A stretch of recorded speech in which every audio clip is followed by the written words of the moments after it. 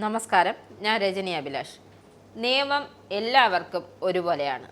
അതിന് വൈദികരായാലും കൊള്ളാം, കന്യാസ്ത്രീകളായാലും കൊള്ളാം. കാരണം നിയമം ആർക്കും കീഴ്പ്പെടേണ്ടതല്ല.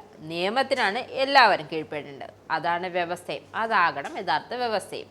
പറഞ്ഞു വരുന്നത്, ആദായ നികുതി ഇളവ് തേടി കോടതിയിൽ സമീപിച്ച ഇക്കൂട്ടർക്ക് കോടതി ഇപ്പോൾ കണക്കിന് കൊടുത്തിട്ടുണ്ട്. അതായത് കഴിഞ്ഞ വർഷം നവംബറിലാണ് നല്ല വ്യക്തമായി സുപ്രീം കോടതി ആദായ നികുതി അടയ്ക്കണമെന്ന് ഇക്കൂട്ടരോട് പറഞ്ഞത്. എന്നാൽ അതിൽ തീരെ വ്യക്തത വന്നില്ലെന്ന് തോന്നിയിട്ടാണോ എന്നറിയില്ല, ഒന്നുകൂടി കോടതിയെ സമീപിച്ചു. എന്നിട്ട് എന്താകാനാ? പ്രത്യേകിച്ച് ഒന്നും സംഭവിച്ചില്ല. കോടതി പറഞ്ഞത് തന്നെ ഒന്നുകൂടി അങ്ങ് പറഞ്ഞു കൊടുത്തു എന്നേ ഉള്ളൂ. കഴിഞ്ഞ വർഷം നവംബറിലാണ് ചീഫ് ജസ്റ്റിസ് DY ചന്ദ്രചൂഡ് അധ്യക്ഷനായ 3-അംഗ ബെഞ്ച് ശമ്പളത്തിൽ നിന്നും ആദായ നികുതി ഈടാക്കണമെന്ന് വിധിച്ചത്.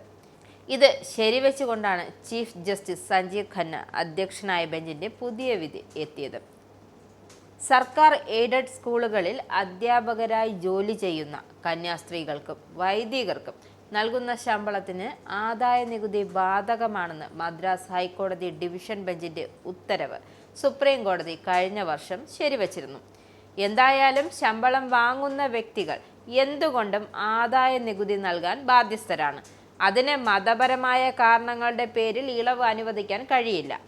വൈദികരും കന്യാസ്ത്രീകളും ശമ്പളം വ്യക്തിപരമായ ആവശ്യങ്ങൾക്കല്ല, മറിച്ച് സമൂഹ നന്മയ്ക്കായാണ് വിനിയോഗിക്കുന്നത് എന്ന ഹർജിക്കാരുടെ വാദം കോടതി അംഗീകരിച്ചില്ല.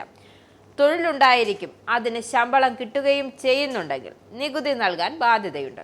ഹൈന്ദവ പൂജാരി തനിക്ക് കിട്ടുന്ന വേതനം ഒരു സംഘടനയ്ക്ക് പൂജയ്ക്കായി നൽകുന്നു എന്നും നികുതി നൽകാനാകില്ലെന്നും പറയുന്നത് എങ്ങനെയാണ്? ശമ്പളം കിട്ടുന്നുണ്ടെങ്കിൽ അതിന് നികുതിയും നൽകണം. നിയമം എല്ലാവർക്കും ഒരുപോലെയാണെന്നും പണം സ്വന്തം ആവശ്യത്തിന് ഉപയോഗിക്കാതെ കൈമാറുന്നു എന്നത് നികുതി ഈടാക്കലിനുമായി ബന്ധമില്ലെന്നും കോടതി വ്യക്തമാക്കി. അധ്യാപകരായ കന്യാസ്ത്രീകളെയും വൈദികരെയും ആദായ നികുതി അടയ്ക്കുന്നതിൽ നിന്നും ഒഴിവാക്കണമെന്നാവശ്യപ്പെട്ട് കേരളത്തിൽ നിന്നടക്കം വന്ന 93 ഹർജികൾ തള്ളിക്കൊണ്ടായിരുന്നു കഴിഞ്ഞ വർഷത്തെ സുപ്രീം കോടതിയുടെ സുപ്രധാനമായ വിധി വന്നത്. വൈദികരോ കന്യാസ്ത്രീകളോ ആരായാലും ശമ്പളം വാങ്ങുന്ന ഏതൊരു വ്യക്തിയും നികുതി നൽകണമെന്ന സുപ്രീം കോടതി വിധി ആവർത്തിച്ചുകൊണ്ടാണ് റിവ്യൂ പെറ്റീഷൻ തള്ളിക്കൊണ്ട് 3-അംഗ ബെഞ്ച് വ്യക്തമാക്കിയത്. നിയമം എല്ലാവർക്കും ഒരുപോലെയാണെന്ന സത്യം കോടതി ഒന്നുകൂടി ഉറപ്പിച്ചു. നിങ്ങൾക്കും ആനന്ദ മീഡിയയുടെ പ്രേക്ഷകരിൽ ഒരാളാകണ്ടേ? യൂറോപ്പിലും US-ലും ആഫ്രിക്കയിലും അടക്കം പ്രവാസികൾ ഉള്ളയിടങ്ങളിലൊക്കെ ജനപ്രിയ ചാനലുമായി ആനന്ദ് മീഡിയ ഒപ്പമുണ്ട്.